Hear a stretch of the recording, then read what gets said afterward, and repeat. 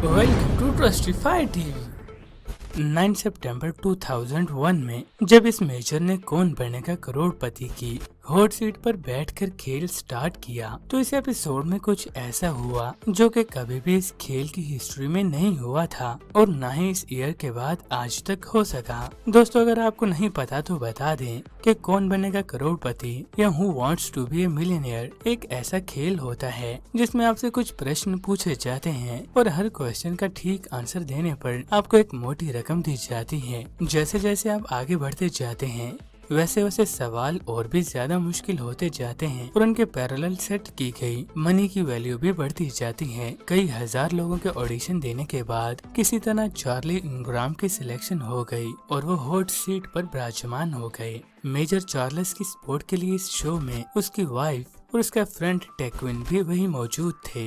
Episode के पहले part में जब गेम की शुरुआत हुई तो ये बहुत खराब थी। चार्ल्स के लिए शुरुआती सवालात के जवाब देना ही मुश्किल हो गया था। केवल पहले ही 4 क्वेश्चंस का आंसर देने के लिए चार्ल्स ने अपनी 2 लाइफलाइंस को यूज कर लिया था। ये बात याद रहे कि इस शो में टोटल 15 क्वेश्चंस होते हैं और टोटल इनाम 10 लाख पाउंड्स यानी लगभग 7 करोड़ रुपीस होता है। सिर्फ पहले ही 4 सवाल का जवाब देने के लिए जब मेजर ने 2 लाइफलाइंस यूज कर ली तो सबको ऐसा लग रहा था कि मेजर चार्ल्स ज्यादा दूर तक नहीं जा पाएगा। इसी के साथ एपिसोड का पहला पार्ट टाइम आउट होने की वजह से खत्म हो गया। अब मेजर चार्ल्स को अपना नेक्स्ट सेशन अगले दिन स्टार्ट करना था। दोस्तों, जब अगले दिन ये एपिसोड स्टार्ट हुआ तो कुछ ऐसा हुआ जिसे देखकर सब चौंक गए। वो व्यक्ति जिसने कल तक 2 लाइफलाइंस यूज करके केवल 4 ही क्वेश्चंस के आंसर दिए थे, आज वो बिना रुके सारे क्वेश्चंस के आंसर देकर करोड़पति बन गया। अब आप भी ये सोच रहे होंगे कि ऐसा कैसे हुआ, तो चले आपको बताते हैं। आगे बढ़ने से पहले चैनल को सब्सक्राइब करके बेल आइकन पर क्लिक जरूर कर लें। इनफैक्ट इस फ्रॉड के लिए मेजर की वाइफ डियाना ने अपने दोस्त टेक्विन के साथ मिलकर बहुत ही सिंपल प्लान बनाया था और इसी सिंपल प्लान ने इन्हें करोड़पति बना दिया। प्लान ये था कि खेलते समय मेजर चार्ल्स क्वेश्चन के चारों ऑप्शंस को ऊंची आवाज में बोलेंगे ताकि टेक्विन और उसकी वाइफ डियाना तक इसकी आवाज पहुंच सके और टेक्विन और डियाना जिसको भी इसका आंसर पता होगा वो करेक्ट वाले ऑप्शन पर हल्का सा खांस कर मेजर चार्ल्स को करेक्ट आंसर का साइन दे देंगे। यानी इनडायरेक्टली ये गेम 3 लोग मिलकर खेल रहे थे। मेजर चार्ल्स बहाने से सारे ऑप्शंस को दोहराता जिसमें से करेक्ट ऑप्शन वाले पर डियाना या टेक्विन हल्का सा खांस देते। दोस्तों, ये प्लान इतना सादा था कि कोई सोच भी नहीं सकता था कि इस गेम में कोई ऐसा ट्रिक लगाकर इसे चीट भी किया जा सकता है। बस इसी प्लान के बेस पर ये तीनों उस रात करोड़पति बन गए।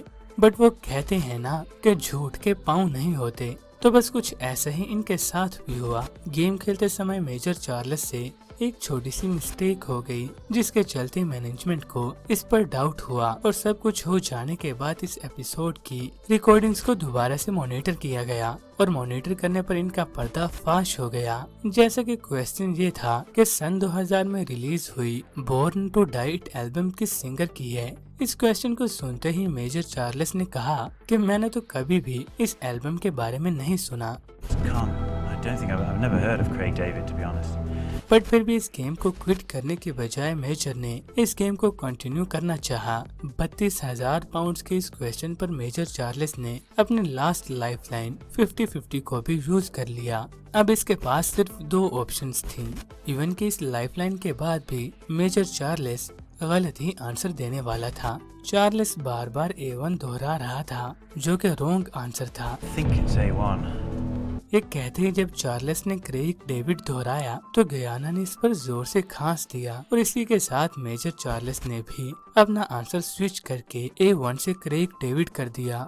सामने हॉट सीट पर बैठे क्वेश्चनर भी मेजर के इस बात पर हैरान रह गए कि जो व्यक्ति कुछ ही देर पहले ये कह रहा था कि उसने कभी इस एल्बम के बारे में सुना ही नहीं और फिर अचानक से लाइफलाइन यूज करने के बाद A1 आंसर पर जोर देने के बाद अचानक से क्रेग डेविड जो कि करेक्ट आंसर था को सिलेक्ट कर लिया।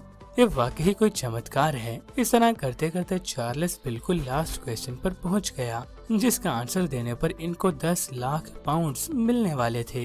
रिकॉर्डिंग के दौरान मैनेजमेंट को इसके फ्रॉड का पता लग चुका था, बट जब लास्ट क्वेश्चन को मॉनिटर किया गया तो सब दूध का दूध और पानी का पानी हो गया। चार्ल्स ने पहले ऑप्शन डी को दोहराया। think it's a nanomole. But कोई खांसी की आवाज नहीं आई। इसके बाद ऑप्शन सी को दोहराया। Could be a gigabit. कोई खांसी की आवाज नहीं। फिर ऑप्शन बी को दोहराया I don't think it's a megatron. और इस मर्तबा भी कोई खांसी की आवाज नहीं आई। बट जब ऑप्शन ए गूगल को दोहराया तो फिर वही सब कुछ प्लान के मुताबिक हुआ, यानी खांसी की आवाज आई। Google. और अब चार्ल्स को करोड़पति बनने से कोई नहीं रोक सकता था। पिछली मर्तबा की तरह चार्ल्स ने इसमें भी गलती कर दी, यानी आंसर करते वक्त चार्ल्स ने कहा कि इसका आंसर गूगल होना चाहिए, लेकिन मुझे नहीं पता कि आखिर गूगल है क्या। And by process of elimination, I actually think it's Google, but I don't know what a Google is. यानी जब इंसान को किसी चीज के बारे में शोर ना हो तो वो इसका आंसर ऐसे मौके पर कैसे दे सकता है जहां इसकी जीती हुई रकम भी वापस जाने का खतरा हो। बस इसी तरह से मैनेजमेंट ने पूरी रिकॉर्डिंग को स्कैन करते हुए इसके पूरे प्लान को पकड़ लिया और बाद में मेजर चार्ल्स के इस चेक को कैंसिल कर दिया गया। और उसके बाद कोर्ट में इनका केस चलने पर इन्हें कैद और 1.5 लाख पाउंड का जुर्माना देना पड़ा।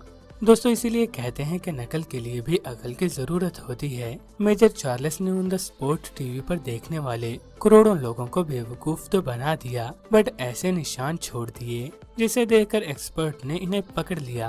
यानी वो सवालात जिन्हें सुनते ही ये कहता था कि इसने तो इसके बारे में कभी सुना ही नहीं, और फिर फौरन से उनका जवाब भी दे देता। इसी गलती की वजह से एक्सपर्ट्स ने इनका राज फाश कर दिया। दोस्तों, आज इस बात को लगभग 19 साल गुजर चुके हैं और रिसोर्सेज के अनुसार उस समय मेजर चार्ल्स को आर्मी से निकाल दिया गया था और लोग मेजर चार्ल्स को मेजर कफ के नाम से पुकारने लग गए थे, यानी मेजर खांसी वाला। चाहे हाथी दिखने में कितने ही लेजी क्यों ना हो, मगर ये काफी हद तक इंटेलिजेंट भी होते हैं, जो गुस्से में बहुत खतरनाक भी साबित हो सकते हैं।